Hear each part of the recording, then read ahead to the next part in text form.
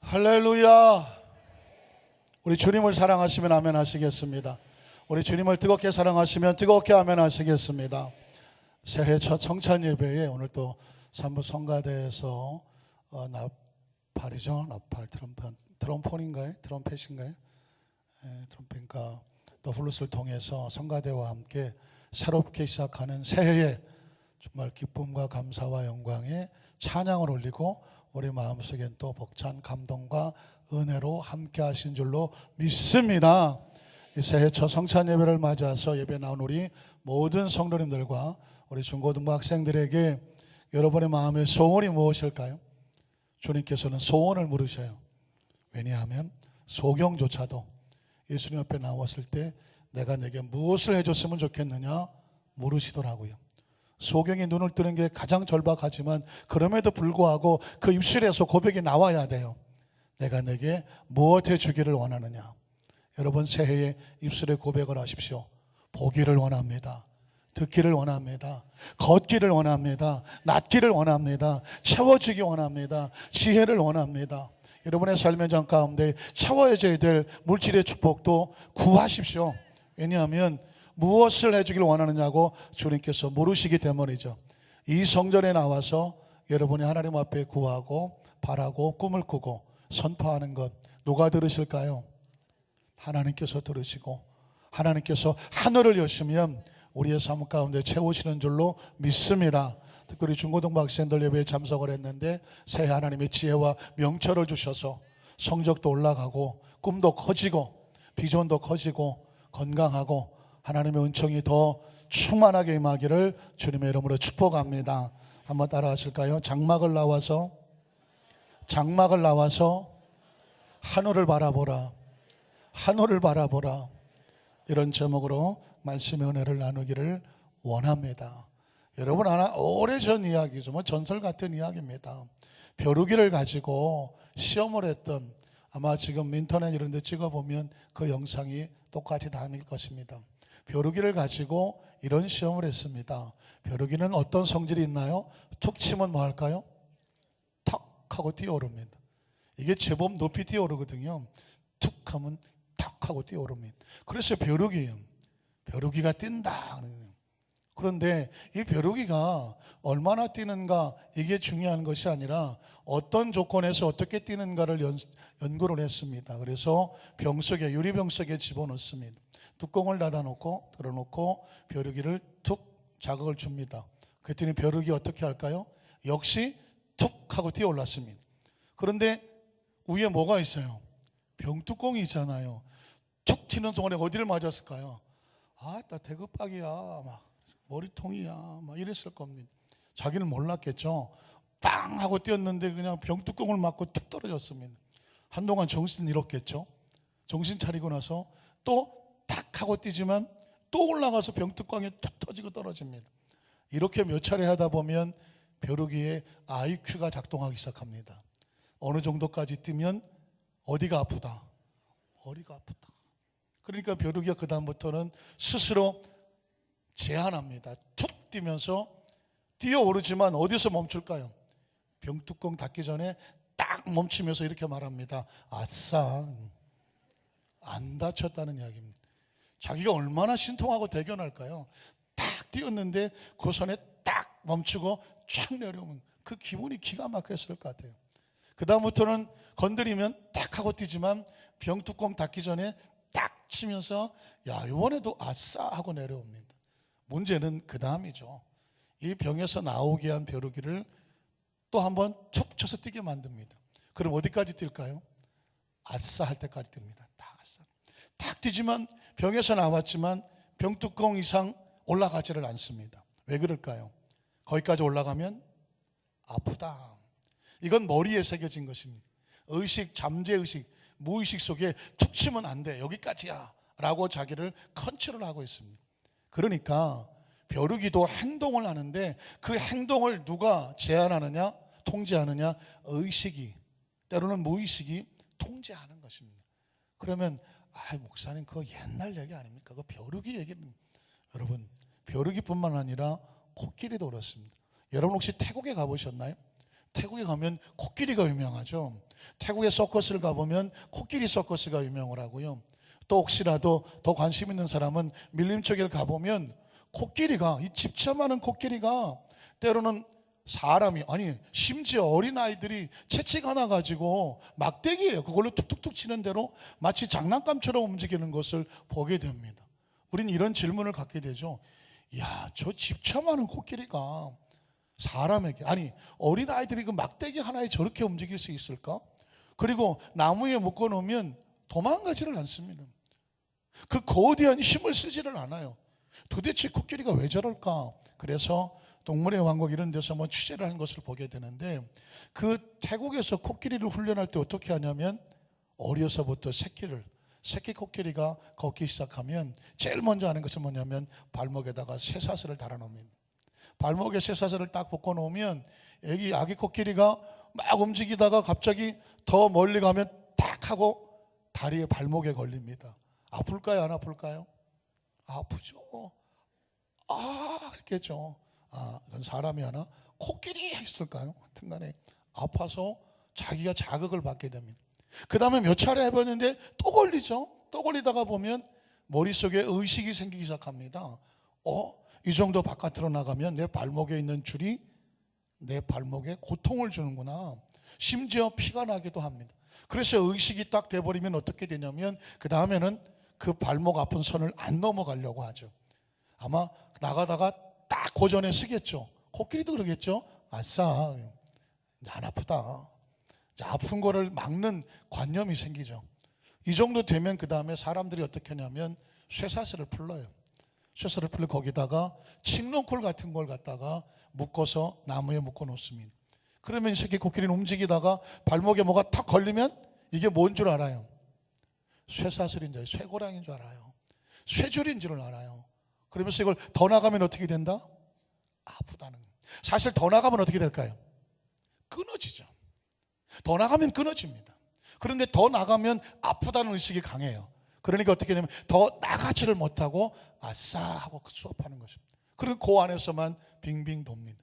이게 바로 태국 사람들이 코끼리를 훈련시키는 것입니다. 그리고 어렸을 때부터 오른쪽을 찌르면 왼쪽으로 가고, 왼쪽을 찌르면 오른쪽으로 가고, 머리를 찌르면 주저앉고, 엉덩이를 찌르면 앞으로 가고, 이게 계속해서 그 교육을 시켜놓으니까 이제 코끼리는 꼼짝없이 장난감처럼 사람들이 움직이는 대로 거대하게 성장을 해도 여전히 그 거대한 힘을 쓰지를 못합니다. 왜냐하면 코끼리를 움직이는 건 힘이 아닙니다.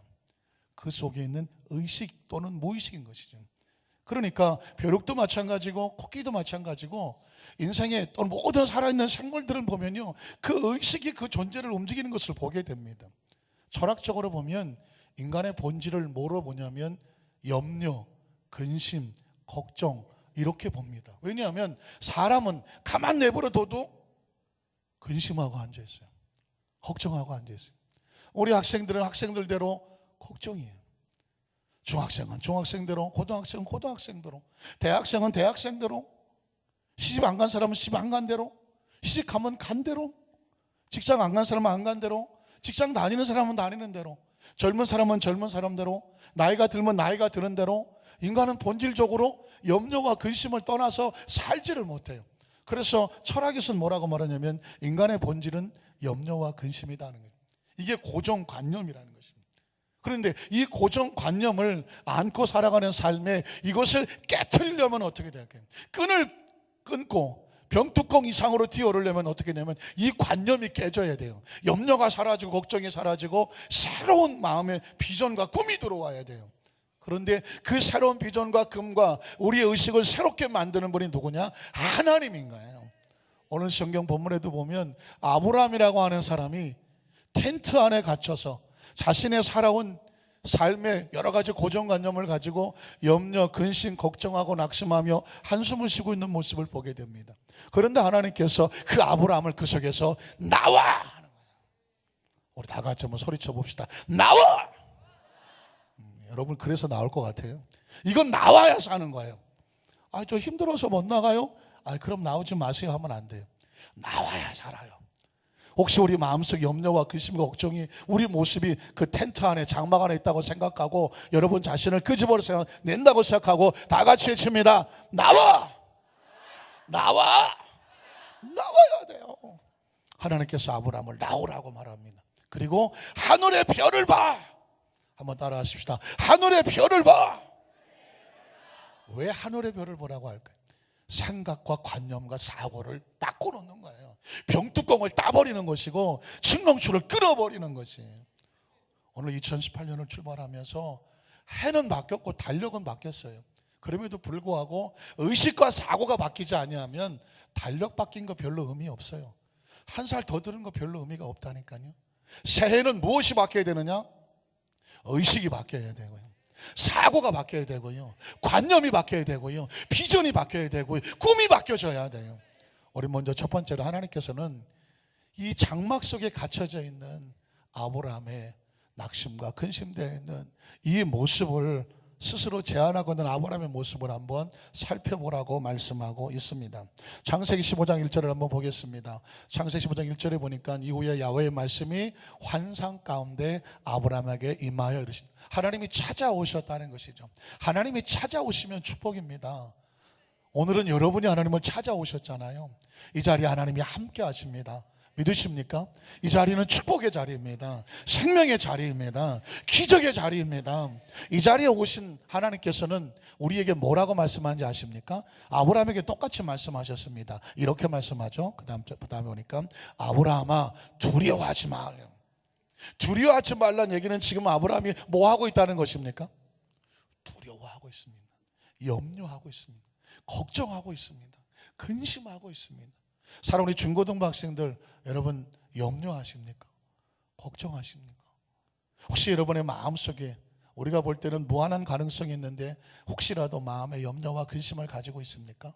하나님께서 우리 중고등부 학생들에도 이렇게 시작합니다. 두려워하지 마.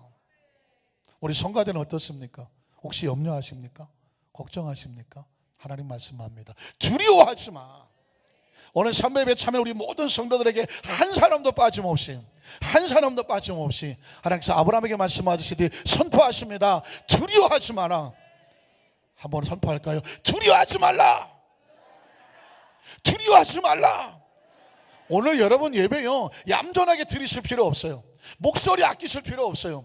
여러분 속에서 여러분 자신을 향해서 여러분의 마음속에 똑똑히 새겨지도록 의식과 사고가 바꿔지도록 선포하셔야 돼요. 하나님이 역사하시는 거예요. 한 번 더 합니다. 두려워하지 마. 할렐루야.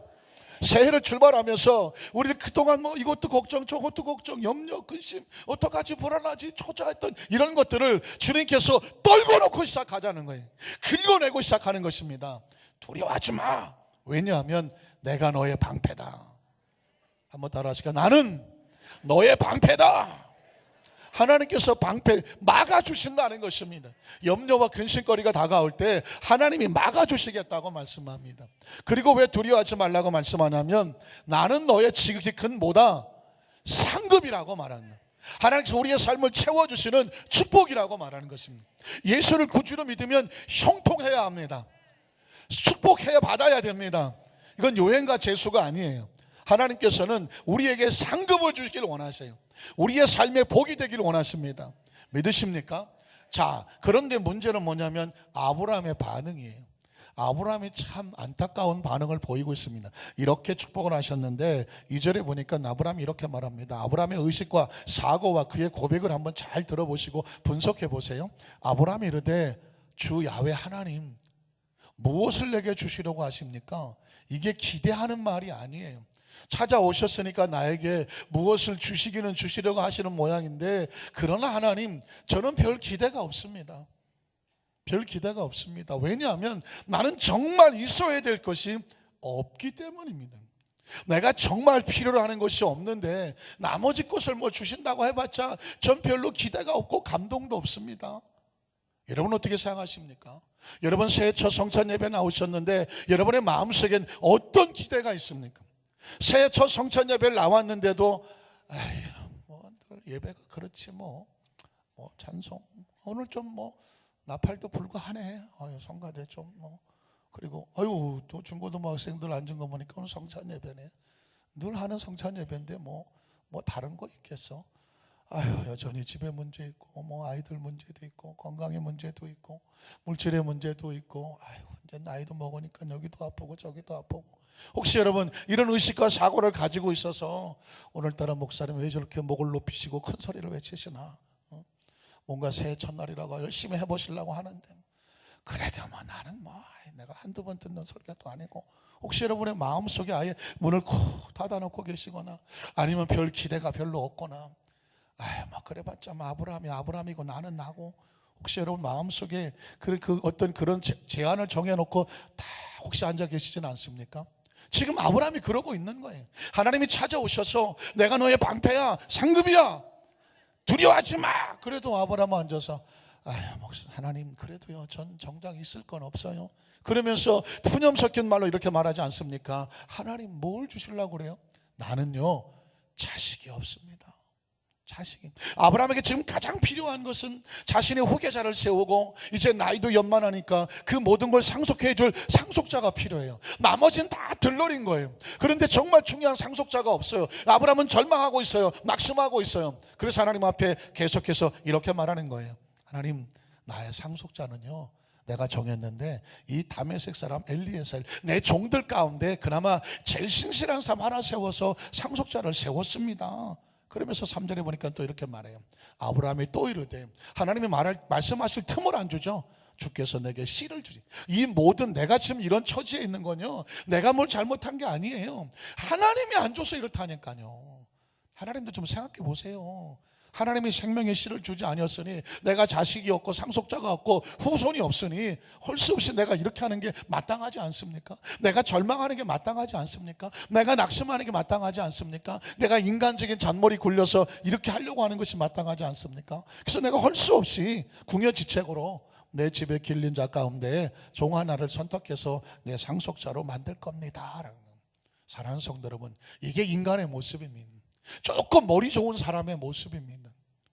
하나님께서 이렇게 두려워하지 말라고 찾아오셔도 아브라함은 하나님 앞에 인간적인 모습으로 절망하고 좌절하고 있어요. 많은 사람들이 예배하면서 기도하면서 헌신하고 봉사하면서 새해가 바뀌었지만 의식과 사고가 달라지지 아니하면 여전히 그 지경에서 머물러 있습니다.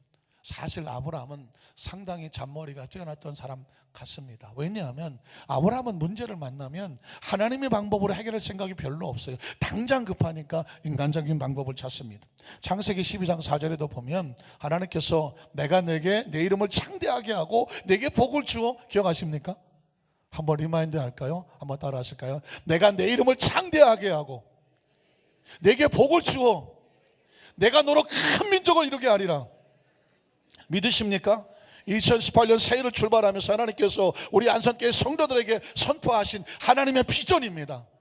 내가 내로 큰 민족을 이루고 내게 복을 주어 내 이름을 창대하게 할 것이니 네게 복의 근원이 될 것이다. 제가 10번도 더 외쳤습니다. 기억하십니까? 기억하십니까? 이 말씀을 아브라함이 받았습니다. 그래서 아브라함이 야훼의 말씀을 따라갔습니다. 그런데 문제는 뭐냐면 말씀은 말씀이고 인간적인 어떤 방법도 준비를 해야 되기 때문에 롯도 그와 함께 데려갔다고 말했습니다. 롯이 누굴까요? 아브라함에겐 두 동생이 있었죠. 나홀 있고 하란이 있었습니다. 막내 동생 하란의 아들이 롯이에요. 아브라함에겐 조카란 말입니다. 아브라함 나이가 75세죠. 롯은 아마 30대 좀 됐을 것 같아요. 그러니까 나이가 먹어서 움직일 땐 그래도 젊은 사람이 있는 게 낫겠다 싶어서 하나님은 본토 친척 아비집 친척을 다 버리라고 말을 했는데 아브라함은 누굴 데려가죠? 조카를 데리고 갑니다. 이건 하나님의 말씀도 따라가고 인간적인 어떤 방비책도 준비해가는 아브라함의 모습을 볼 수가 있습니다. 창세기 12장 11절로 13절을 보면 그래서 애굽에 갔죠. 가나안 땅에 갔더니 기근이 있어서 역시 문제만 생기면 아브라함은 주저앉아 버립니다. 그래서 여기서 하나님은 여기 있으라고 말했지만 문제가 있다고 생각하면 어디로 돌아갑니까? 애굽이라는 땅으로 내려갑니다. 가려고 생각하니까 누가 걸리죠? 자기 아내 사레가 걸려요. 사레가 너무 이뻤던 것 같아요. 이뻐도 너무 이뻤던 것 같아요. 그러니까 혹시라도 낯선 땅에 갔다가 자기 아내를 빼앗기 위해서 자기를 죽이면 어떡하나. 그래서 아브라함이 또 머리를 씁니다. 그래서 자기 아내에게 이렇게 말합니다. 그가 애굽에 가까이 이르렀을 때 그의 아내 사라에게 말하되 내가 알기에 그대는 아리따운 여인이라. 그래서 어떻게 하려고요? 애굽 사람이 그대를 볼 때 이르기를 이는 그의 아내라고 하여 나는 죽이고 그대는 살리리니. 살인은 어떻게든지 살아. 왜? 이쁘니까. 이뻐도 너무 이쁘니까 살아. 그런데 자기는 그 자기 아내를 살리기 위해서 죽일 것 같아. 그래서 어떻게 하냐면 이런 방법을 쓰죠. 그 다음 절에 보니까 잘 아시는 것처럼 원하건대 그대는 나의 누이라고 말해라고 그랬습니다. 누이 동생. 그러니까 아브라함이 뭐가 되는 거예요? 오빠가 되는 거예요. 오빠. 한번 불러보세요. 오빠. 그러니까 지금 아브라함은요 자기 아내에게 자기를 오빠라고 부르라고 하면서 사실은 누구 살려고 하는 거예요? 자기가 살려고 하는 거예요. 그러면 내가 그대로 말미암아 안전하고 자기가 안전하고 내 목숨이 그대로 말미암아 보존되리라. 아브라함이 머리가 얼마나 좋은지 자기가 살고자 하고 자기 아내에게 자기를 멀쩡한 남편한테 오빠라고 부르라고 했다니까. 이게 아브라함의 사고예요. 이게 인간의 고정관념이에요. 문제를 만나면 인간적인 방법으로 해결해 보려고 하는 고정 틀이라니까요. 여러분 또 창세기 16장 1절로 2절을 보면 아브라함의 또 이런 또 속성이 남아요. 아브라함의 아내 사례는 출산하지 못하였고 그에게 한 여종이 있으니 애굽 사람이요 이름은 하갈이라. 젊은 여종 하갈이에요. 그런데 사례가 아브라함에게 어느 날 이렇게 말합니다. 정말 여성으로 절대로 할 수 없는 거거든요. 자기 남편에게 다른 여자를 동침하게 하는 건 있을 수 없음이에요. 이건 어떤 여자도 전 세계 어떤 여자도 용납이 안 돼요. 왜냐하면 여자는 절대로 이인자를 용납 못, 자기는 이인자가 되는 걸 용납 못해. 이 여성 동지는 전 세계에서 가장 자기가 뭐 해야 돼? 제일 이뻐해야 돼. 여러분 거울 볼 때마다 그러죠? 내가 제일 이쁘다. 혹시 그러지 않으세요? 여자는 늘 자기가 제일 이뻐야 돼. 우리 교회 성도들은 그런데 별로 관심이 없고요. 오로지 기도하고 전도하는 것밖에 없어. 어쨌든 사례가 아브라함에게 야훼께서 내 출산을 허락하지 아니하셨으니 원하건대 내 여종애로 들어가라. 이게 할 수 있는 이야기, 할 수 없는 이야기예요. 정말 할 수 없는 이야기예요. 이 사례가 본심으로 그랬든 아니면 아브라함을 좀 시험하려고 그랬든 간에 정말 어려운 얘기를 했어요. 그러면 아브라함은 어떻게 해야 돼요? 절대로 있을 수 없다. 나와 평생을 같이 한 조강지처가 있는데 나는 아무리 자식이 없으면 없었지 그럴 수는 없다. 해야 돼요, 안 해야 돼요? 안 해야 돼요? 네. 해야 되죠. 해야 돼요. 그런데 이 아브라함님께서 어떻게 하셔요? 그 다음에 보니까 내가 혹 그로 말미암아 자녀를 얻을까 하노라 하매 아브라함이 그럴 수 없다 그래요. 아멘 합니까? 아브라함이 사례의 말을 이제까지는 이것저것 듣지도 않던 양반이 이 말에 어떻게 냉큼 들으니라. 전 이 말을 들으면서 참 아브라함의 인간적인 모습이 나옵니다. 나이가 75세가 넘으시도 불구해도 여종에 들어가라 했더니 아브라함이 그려 내가 당신 말을 이때까지 순종하고 살았으니까 그러지 뭐 하고 들어가 버렸습니다. 이게 의식이에요. 인간 의식이. 더 나아가서 아브라함이 창세기 17장 10절로 18절에 보면 하나님 앞에서 이렇게 말합니다. 하나님께서 사례에게 자식을 주겠다고 말하고 아브라함에게 자식을 주겠다고 말했더니 아브라함이 어떻게 하냐면 엎드려 웃어요. 그냥 웃는 것도 아니고 엎드려. 왜 엎드려 웃을까요? 속으로 웃는 거예요. 아이고 하나님의 말씀을 들었는데도 말씀이 들어오지 않아요. 엎드려 웃어. 사실 비웃는 거나 마찬가지예요. 썩소예요. 썩소. 죄송합니다. 썩소 모르시죠? 썩은 미소예요. 이건 기쁨에 나오는 감사의 웃음이 아니에요. 같이 안아서 그냥 억지로 그냥 웃는 거예요. 하나님 앞에 엎드려서 웃으며 마음속으로 이렇게 말합니다. 100세 된 사람이 어찌 자식을 낳을까? 이게 아브라함의 의식이고 우리 고정관념이에요. 사라는 90세니 어찌 출산하리요? 벼룩이의 병뚜껑과 같으며 코끼리의 칡너쿨과 같은 거예요. 우리가 저와 여러분이 염려하며 근심하는 이유는 이렇게 될까봐 염려하는 그 틀과 같은 거예요. 아브라함은 그 고정관념에 있어요. 사람은 100세 넘으면 자식 못 난다. 여자는 90세 넘으면 자식 못 난다. 이게 의식과 사고예요. 그 다음에 어떻게 됩니까? 그래서 어떻게 했냐면 아브라함이 이에 하나님 앞에 아뢰입니다. 뭐라고 말하냐면 하나님, 사람은요 남자가 100세에 자식 낳는 법 없습니다. 하나님, 하늘에 계셔서 땅 이야기를 잘 모르시는 모양인데 땅에서는요 여자들이 90세 돼갖고 자식 낳는 법 없어요. 그러니까 이제부터는 하나님이 제 말을 들으세요. 제 말. 아브라함이 하나님을 설득합니다. 뭐라고 설득해요?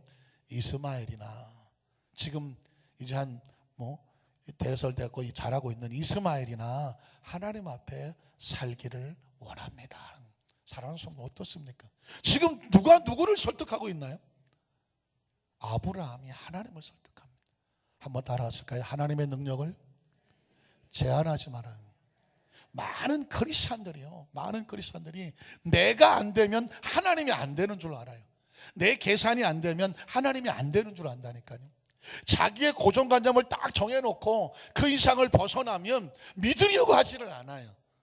이게 인간의 삶에 아주 무서운 신앙을 방해하는 불신앙과 같아요. 인간은요, 이 머릿속에 있는 고정관념과 의식과 사고에 의해서요, 죽을 사람이 살기도 하고 살 사람이 죽기도 해요. 미국의 유명한 병원에서 심정병 환자가 두 환자가 들어왔는데 한 사람은 한 달 안에 퇴원해도 되는 사람이고 한 사람은 한 달 안에 죽을 사람이에요. 병세가 그래요. 그런데 놀랍게도 뒤집어지는 반전이 나타났어요. 한 달 안에 죽을 사람이 한 달 안에 살아서 나갔고요, 한 달 안에 살 사람이 한 달 안에 죽어서 나갔어요. 한 달에서 죽어서 나간 사람은 어떤 사람인지 아십니까? 이 사람은요, 오른쪽 심장이 어떻게 좌심실, 좌심방, 우심실, 우심방 이렇게 좌우로 나눠져 있습니다. 그런데 보통 사람들이 심장병 환자들은요, 좌심실, 좌심방 쪽에 문제가 있어요. 간혹 가다가 오른쪽 우심실, 우심방에 어떤 구멍이 생기거나 기능에 문제가 생기면 흔히 볼 수 없기 때문에 특별하게 그 환자들을 TS 환자라고 불러요. TS 환자. 근데 이런 사람들은 조금만 잘 관리해서 한 달 안에 치료받고 나가면 살 수 있는 사람이에요. 그래서 그런 환자가 병원에 들어왔어요. 병원에 원장 되시는 분이 의과대학 교수고 또 박사님이셨습니다.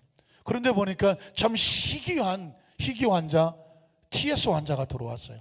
그래서 이 원장님께서 교수님이니까 자기 의과대 학생들 데리고 와서 이 환자에 대해서 그 심장을 엑스레이 찍은 걸 보여주고 또 초음파된 것도 보여주면서 그 환자가 이런 형태고 또 심장의 소리를 들어보기도 하고 하면서 12명에게 보여줬습니다. 그랬더니 그 체크도 보고 환자도 보고 엑스레이 찍은 것도 보면서 다들 TS 환자구나, 이게 TS 환자구나 그러면서 전부 TS 그리고 갔어요. 그런데 이 사람이 한 달 있으면 나와야 되는데 낫지를 않아요. 얼마 있다가 점점 심장의 상태가 안 좋아지더니 그만 거의 죽게 됐어요. 의사가 깜짝 놀랐습니다. 아니 지금 우리 이 환자분은 한 달만 있으면 나와야 될 뿐인데 왜 심장이 점점 나빠지고 거의 망가지게 됐는데 이거 큰일 났다고, 어떻게 된지 내가 모르겠다고 말하니까 그 환자가 뭐라고 말인지 아십니까? 박사님 걱정하지 마세요. 저는 이미 다 제 심장의 상태를 알고 죽을 준비가 되었습니다. 죽을 준비가 됐다는 거예요. 의사가 깜짝 놀라서 무슨 소리냐고, 당신 병은 죽을 병이 아니라. 그러니까 아이 박사님 저 너무 이렇게 안심시키려고 하지 말아도 돼요. 저는 제 병의 이름을 알아요. 병 이름이 뭔데요? TS잖아요. 맞아요. TS 어떻게 아셨어요? 했더니 지난번에 그 의과대 학생들이 다 와서 우리 원장님하고 말씀하기를 절대로 TS 그랬잖아요. 그랬죠. 다 가시고 난 다음에 제가 가만히 생각했다는 겁니다. TS가 무슨 뜻일까? 그다 갑자기 머릿속에 떠오르는 게 TS? 터미널 시츄에이션이에요. 터미널이 뭐냐면 종점이라는 거예요. CF버스 터미널 하면 종점 하잖아요. 시츄에이션은 상황을 말하는 거예요. 근데 자기한테 TS다 보니까 12명이 다 그러고 하니까 내 심장 상태가 거의 종말에 와 있구나. 이제 한 달밖에 안 남았구나. 그러면서 이 사람이 처음엔 막 화도 나다가 아니야. 이 한 달의 시간이 얼마나 감사해. 그래서 가족들 다 불러서 이혼하고 재산도 다 정리하고 그리고 조용히 죽을 준비를 마쳐서 이제 원장님 저는 곧 죽게 되니까 그동안 저를 치료해 주셔서 감사합니다. 그렇게 인사를 하는 거예요. 아니라고. 그 TS라는 것은 우심방에 문제가 있는 거지 터미널 시츄에이션이 아니라고 그랬더니 아유 박사님 너무 그렇게 애쓰지 마세요. 저는 준비가 잘 됐으니까 걱정하지 마세요. 그리고 돌아가셨다는 거예요. 여러분 굉장히 무서운 이야기입니다. 멀쩡한 환자도요, 자기 스스로 내 상황이 터미널 시츄에이션이라고, 내 심장 상태는 거의 끝이야 라고 의식하고 그렇게 준비를 해버리니까 그 멀쩡한 심장도 생명을 다하는 것입니다. 반대로 다 죽어가던 심장 환자가 들어왔습니다. 인간의 심장이라는 것은 박동이 있죠. 여러분의 심장 소리는 어떻게 뛰나요? 두근두근 뛰나요? 어떤 사람은 쿵딱 쿵딱 쿵쿵 이렇게 뛰는 거 하는데, 보통 예를 들어서 쿵딱 한다고 쳐보세요. 그러면 쿵딱 쿵딱 쿵딱 이렇게 뛰잖아요. 보통 2박자 정도 뛴단 말입니다. 그런데 심장이 거의 다 상태가 망가지면 아주 미세하게 제3의 음이 들린다는 것이죠. 쿵딱이 아니라 쿵쿵딱 쿵쿵딱, 중간에 아주 작은 소리가 들려요. 근데 이거는 웬만한 명의가 아니면 그 소리를 잘 분간 못한다는 것입니다. 이 환자는 거의 마지막에 와서 그 제3의 음이 들리는 거예요. 그래서 이 원장님께서 또 의과대학 12명 학생을 데려다가 이 환자가 그런 상태임을 가르치면서 그 학생들에게 제3의 음을 들을 기회를 주려고 전부 청진기를 대고 환자의 가슴에서 심장 소리를 듣게 했습니다. 12명의 사람들은 이건 정말 듣기 힘든 힘인데 학생들이 듣길 기회가 왔으니까 얼마나 감사하겠어요. 그래서 그 심장 소리를 들으면서 전부 다 이렇게 말했어요. 박사님, 교수님, 너무 잘 들려요. 똑똑히 들려요. 그러면서 12명이 평생 듣기 어려운 소리를 듣고 가니 얼마나 막 얼굴이 환해서 돌아갔어요. 그 한 달 후에 이 환자가 죽어야 되는데 안 죽어요. 얼굴은 점점 좋아지고 혈색도 좋아지고 건강해서 퇴원하게 됐어요.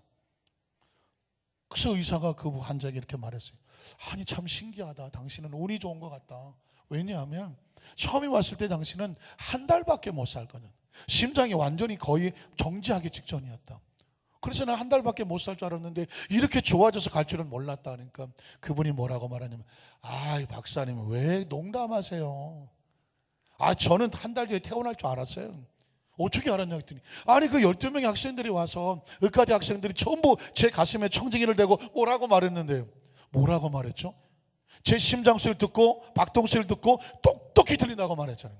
똑똑히 다 들린다. 여러분, 굉장히 중요합니다.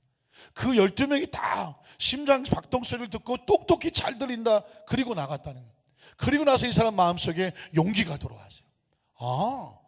내 심장에 문제가 없네.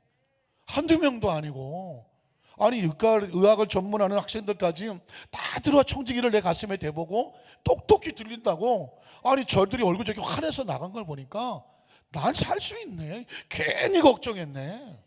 이 사람은 한 달 뒤에 퇴원할 걸 생각을 했어요. 그리고 나서 보니까 의식 속에 사고 속에 난 살 수 있네, 난 퇴원할 수 있네, 이 관념이 들어오고, 그러니까 그의 모든 육체가 심장조차도 점점 호전이 되는 거고, 의사가 치료한 모든 것들이 전부 효과가 있어서 한 달 뒤에 나아요. 여러분, 어떻게 들리면 우리와 상관없어 보입니까? 아주 중요한 이야기를 하고 있습니다. 우리의 의식과 사고 속에 어떤 관념을 가지고 있냐에 따라서 생명의 의식을 가지고 있으면 죽어가던 사람도 살아나는 거예요. 그런데 멀쩡한 사람도 난 이제 죽을 거야, 죽을 수밖에 없어, 난 죽게 될 거야, 죽음의 사고와 관념에 사로잡히면 멀쩡한 사람도 어느 날 스스로 목숨을 끊거나 주저앉아 버리는 것입니다. 그래서 하나님께서는 어떻게 하냐면 이 텐트 안에, 장막 안에 거쳐서 하나님을 설득하고 있는 이 아브라함을 향해서 안 된다고 말하는 거예요. 하나님의 사람은 절대로 장막에 갇혀서 쓸데없는 고정관념에 갇혀서 하나님의 계획과 꿈을 말씀하셔도 이제 하나님 왜 이러시냐고 하나님을 설득하려고 하는 그것을 안 된다고 말하는 것입니다. 여러분, 하나님이 안 된다고 하는 소리를 한번 들어보시겠습니까? 그래서 두 번째로 장막에서 나가서 하늘을 바라보라고 하시는 하나님의 모습을 한번 살펴보겠습니다. 창세기 15장 4절에 보니까 이렇게 말합니다. 야훼의 말씀이 그에게 임하여 이르시되 그 사람이 누구예요? 아브라함이 낳지 아니하고 종들 가운데 세운 엘리에셀, 하나님의 방법이 아닌 그 사람은 내 상속자가 너무 조신하셔. 내 상속자가 그렇게 점잖게 해갖고 잘 안 들려요. 내 상속자가 아니라니까. 여러분이 성전에 들어왔을 때 내 인생은 이래, 지금 내 상황은 이렇고, 우리 집은 이래, 내 경제적인 사정은 이렇고, 내 몸의 사정도 이래. 의사가 정확히 말했어. 지금 내가 이만큼 살아보니까 난 이렇게밖에 안 돼. 내가 얼마나 많이 실패했는데 난 잘 안 되는 일이 없어. 내 운명이 이래, 팔자가 이래. 그렇게 말하고 하나님 앞에서, 하나님, 아무리 목사님이 강대에서 이렇게 그냥 침이 튀자고 떠들어도, 아무리 말씀해도, 하나님, 난 이거밖에 안 돼요. 그러고 앉아있는 사람에게 하나님 말씀하는 거야. 아니야. 넌 그런 사람 아니야. 넌 죽을 사람 아니야. 너는 실패할 사람 아니야. 넌 낙심할 사람 아니야. 아직 희망이 있어. 비전이 있어. 난 아직 너에게 꿈을 가지고 있어. 믿으십니까? 한번 따라하실까요? 그 사람이 내 상속자가 아니다. 여러분, 목소리 좀 크게 해봐요. 점잖하게 하지 마시고, 이건 사느냐 죽느냐가 달렸다니까요. 한번 따라하실까요? 나는 그런 사람이 아니다. 실패할 사람 아니다. 낙심할 사람 아니다. 넘어질 사람 아니다. 쓰러질 사람 아니다. 난 다시 일어날 수 있다. 다시 살 수 있다. 다시 시작할 수 있다. 하나님이 말씀하신다. 믿으십니까? 믿으십니까? 우리 성가대 한번 들어보세요. 성가대만, 난 살 수 있다. 화음 넣지 말고 목소리 빼서, 나는 일어날 수 있다. 난 성공할 수 있다. 나는 예수님 안에서 부자가 될 수 있다. 할렐루야. 일어나셔야 돼요. 여러분, 하나님의 말씀은요, 의식이 바뀌는 거예요. 여러분, 설교는 교육이고 가르침이고 감동이고 말씀이지만, 이 말씀이 들어와서 여기서 우리 의식을 바꿔놔야 돼요. 여러분이 하고 들어왔다가 하나님 말씀으로 싹 바뀌어서 나가야 돼요. 눈동자가 바뀌어서 나가야 되고, 숨소리가 바뀌어서 나가야 되고, 얼굴 표정이 바뀌어서 나가야 되고요, 심장이 바뀌어서 나가야 되고, 몸이 바뀌어서 나가야 되고, 꿈이 바뀌어서 나가야 되고요, 존재의식이 바뀌어서 나가야 되고, 가치가 바뀌어서 나가야 되고요, 여러분 마음속에 있는 열망이 바뀌어서 나가야 돼요. 여기는 하나님의 집이에요. 하나님의 말씀이 있다는 거 아니에요. 하나님이 치료하시는 곳이에요. 하나님이 변화시키는 곳이에요. 믿으십니까? 하나님의 말씀은 살았다니까요. 운동력이 있어요. 관절과 골수를 찔러 쪼개서 우리 수술해 놓습니다. 생각을 수술하고, 사고를 수술하고, 비전을 수술하고, 우리의 있는 모든 잠재의식을 수술해 놓아서 새롭게 바뀌는 거예요. 넌 그런 사람 아니라고 말씀하시는 거예요. 지금 가지고 있는 인간적인 방법, 그거 아니라고 말하는 거예요. 그럼 뭘 하시려고 할까요? 그 다음 절에 보면 이렇게 말씀합니다. 내 몸에서 날 자가 내 상속자가 되리라. 한번 따라 하실까요? 내 몸에서 날 자가 내 상속자가 되리라. 하나님의 계획을 이루시겠다는 거예요. 내 몸에서 난다는 얘기는 기적이 일어난다는 거예요. 100세 90세의 생명이 태어난다, 기적이라는 거예요. 한번 따라 하실까요? 나에게도 기적은 일어난다. 하나님이 말씀하시는 거예요. 기적이 일어난다고 말씀하는 거예요. 그리고 내가 너를 그렇게 만들겠다는 것입니다. 내 상속자는 내가 주리라. 한번 따라 하실까요? 내 상속자는 내가 주리라. 사랑하는 성도 여러분, 하나님께서는 이곳에 불러놓으셔서 새롭게 기적을 행하시고, 치료를 행하시고, 변화를 세워주셔서 우리를 만들어 주시겠다고 하는 거예요. 우리가 무엇을 하려고 하는 것이 아니라, 내가 너를 이렇게 만들어 줄 것이니까 너는 어떻게 하기만 되느냐? 말씀을 믿고 순종하고 따라오기만 하면 된다는 거예요. 믿으십니까? 하나님 우리를 살리시려는 분이에요. 우리를 변화시키는 분이에요. 우리에게 기적을 행하시는 분이에요. 하나님 역사를 나타내시려는 분이라니까. 하나님은 계속해서 말씀합니다. 그 다음 절에 보니까 뭐라고 말해요? 그를 이끌고 밖으로 나가잖아요. 밖으로 나가야 돼요. 고정관념 의식 속에서 나와야 돼요. 나와서 어떻게 하냐면 하늘을 우러러봐야 돼요. 하늘을 우러보고 무별을 셀 수 있나? 별을 셀 수 있어요? 없어요? 셀 수 없어요. 없다는 얘기는 뭐냐? 하나님의 축복은 셀 수 없다. 하나님의 축복은 무제한이다. 우리의 고정관념 속에 들어오지 못해요. 별은 우리 속에 들어오지 못해요. 우리 계산 속에 들어오지 못해요. 별은 우리의 사고 바깥에 있어요. 고정관념 바깥에 있어요. 하나님의 축복은요, 우리의 생각 바깥에 있어요. 고정관념 바깥에 있다니까요. 우리의 능력 바깥에 있어요. 하나님께서 말씀하셔, 내가 받을 축복은 별과 같을 것이라고 말씀합니다. 사랑하는 성도 여러분, 2018년을 출발하면서 여러분의 의식과 사고에 한우를 채우세요. 하나님의 기적을 채우세요. 내가 받을 축복은 무한정이에요. 내가 받을 치료는 무한정이에요. 하나님께서 우리를 향하신 계획은 무한정이에요. 여러분은 하늘의 별과 같은 존재고 하나님의 의식 속에서 아주 소중한 존재예요. 새롭게 될 존재고 축복받을 존재예요. 우리 중고등부 학생들도 여러분이 가지고 있는 의식과 사고 속에 하늘을 채워야 돼요. 하나님의 기적을 채워야 돼요. 여러분이 배운 거 이거 가지고 내 인생 되겠지? 아니에요. 하나님의 계획이 따로 있어요. 내가 나온 학교가 그렇고 내가 배운 전공이 이렇고 우리 집안이 그렇고 우리 엄마 아빠가 그렇고 이건 조그만 장막과 같아요. 나와야 돼요. 하나님은 그 속에서 나오라고 말해요. 얼마든지 셀 수 없는 축복으로 미래를 바꾸겠다고 말하는 거예요. 사랑하는 성도들, 우리 자녀들에게 이게 필요해요. 이게 필요하다고. 우리 젊은 세대에게도 이게 필요한 거예요. 하나님은 우리의 틀에 가진 틀에서 나오라고 말씀하시는 거예요. 새롭게 하늘을 바라보라고. 하늘을 바라보라고. 무뼈를 셀 수 있나? 내가 받을 축복은 하늘의 별과 같이 날 것이며 또 그에게 이르시되 내 자손이 이와 같을 것이다. 아브라함은 자식이 하나도 없어요. 보이지 않고 들리지 않고 잡히지도 않아요. 그런데 하나님은 아브라함의 미래를 말하고 있어요. 너의 미래는 끝도 셀 수 없는 자손으로 인하여 거대한 민족을 이루게 되는, 믿으십니까? 하나님께서 저와 여러분의 가정과 사업과 직장에 여러분이 보는, 늘 바라보는 가정, 늘 바라보는 사업, 늘 바라보는 여러분의 생태, 여러분의 삶, 장막안과 같아요. 하나님 그걸 뒤집어 놓으라고 말하는 거예요. 바꿔 놓으라고 말씀하는 거예요. 그러면 아브라함에게는 하늘을 바라보시고 별을 보게 하셨는데, 그럼 이 시대를 살아가는 우리에게는 무엇을 바라봐야 될까요?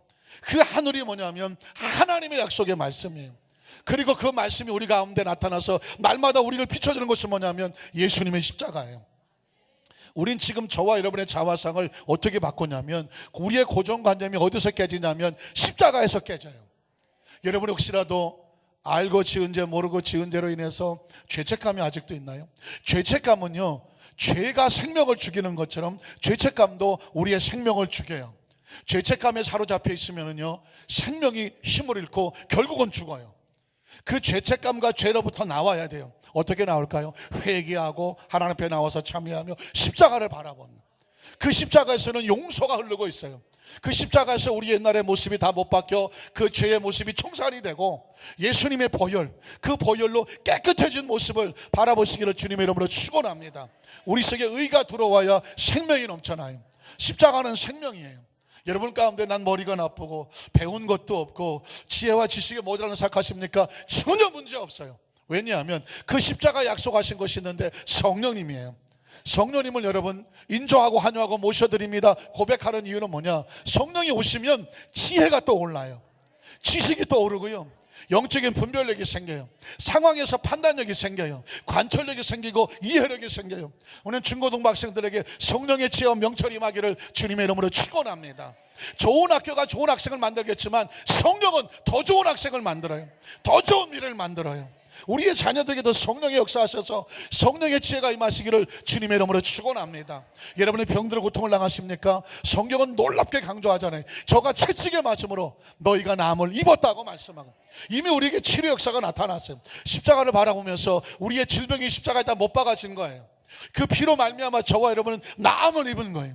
십자가를 바라보면 생명이 흘러 들어와요. 생명이 흘러 들어오면 병이 떨어져 나가요. 병은 뭐냐? 우리 몸에 들어와서 생명을 갉아먹는 거예요.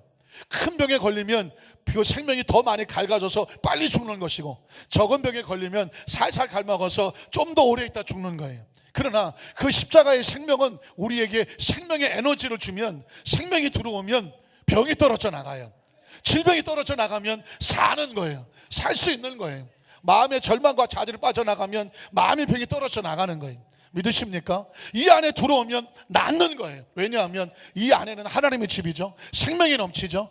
여러분 하나님의 영광을 받으시죠. 기도가 나타나죠. 말씀이 선포되죠. 이 성찬이 선포되죠. 그러니까 이미 이 가운데 세수의 생명이 충만하고 있는 걸 기억하시기를 주의 이름으로 축복합니다. 예수 안에 들어오면 십자가를 바라보면 여러분 축복을 받을 수가 있어요. 하나님 안에서 하나님은 우리에게 복을 주시기를 원하세요. 아주 중요한 거예요. 하나님은 우리를 위에서 계셔요. 우리를 도와주시려고 계세요. 복을 주기를 원하셔요. 믿으십니까? 지금 여기까지 살아온 것은 하나님의 축복이에요. 한번 따라하실게요. 우리도 하나님 안에서 복을 받을 수 있다. 왜냐하면 가난과 저주를 예수님이 십자가에 다 청산했어요. 여러분은 복 있는 사람이 됩니다. 하나님께서 아브라함에게 말씀할 때 보십시오. 넌 크게 번성하게 될 거야. 내 이름은 창대하게 될 거야. 복의 근원이 될 거야. 여러분 스스로 여러분 자신을 절망하지 마십시오. 아유, 이제까지도 이러고 살았는데 내 인생이 앞으로 달라져요. 새로워져요. 변화돼요. 왜냐하면 하늘에서 복을 주시는 거예요. 하늘 그렇게 하시겠다고 말씀했어요. 천국은 어떻게 가느냐? 예수님 안에 있으면 가는 거예요. 왜냐하면 그 십자가에서 천국 가는 길이 열려졌어요. 햇빛 다 바깥에 나가면 햇빛이 나오죠. 햇빛 아래에 있으면 누구나 따뜻해요. 누구나 따뜻해요. 햇빛이 사라지면 어둡고 캄캄해요. 마찬가지. 하나님 안에 들어오면 모두가 구원을 받아요. 모두가 복을 받아요. 모두의 치료 역사가 나타나요. 그러니까 의식과 사고 속에서 마귀는 뭐라고 말하냐면, 아유, 저 열심히 있는 권사님이나 열심히 있는 장로님이나 치료받고 뭐 복을 받겠지. 나같이 처음 와도 치료받아요. 처음 와도 복을 받아요. 왜? 하나님 안에 있으면. 이게 하늘나라의 법칙이에요. 말씀을 정리하기를 원합니다. 우리의 적은 밖에 있지 않아요. 안에 있어요. 우리의 의식에 있고 사고가 있어요. 우리가 경험했기 때문에 진실인 줄 알아요. 내가 체험했기 때문에 그게 사실인 줄 알아요. 그래서 그 진실과 사고를 믿고 자기의 상식을 가지고 자기 틀에 갇혀서 나오지 않으려고 해요. 그런데 그게 우리를 죽여요. 그게 우리의 병뚜껑이에요. 그게 우리의 칡렁쿨이에요. 그게 우리의 장막이에요. 오늘 하나님께서 우리에게 말씀을 선포하는 얘기는 뭐냐면 병뚜껑을 열라는 거예요. 그리고 칡렁쿨 끊으라는 거예요. 장막에서 나오라는 거예요. 너도 성공할 수 있다고 말해요. 너도 치료받을 수 있다고 말해요. 너도 다시 시작할 수 있다고 말해요. 너도 나을 수 있다고 말해요. 넌 하나님의 사람이라고 말해요. 하나님은 이 모든 과정을 통해서 하나님의 존재하심을 세상에 드러내기를 원하고 있어요. 우리 안산교회 성도들의 새해 정말 전무후무하고 우리 생애 최고의 한 해가 되어지는 기적의 주인공들 되시기를 주님의 이름으로 축원합니다. 기도하겠습니다. 전능하신 하나님 아버지,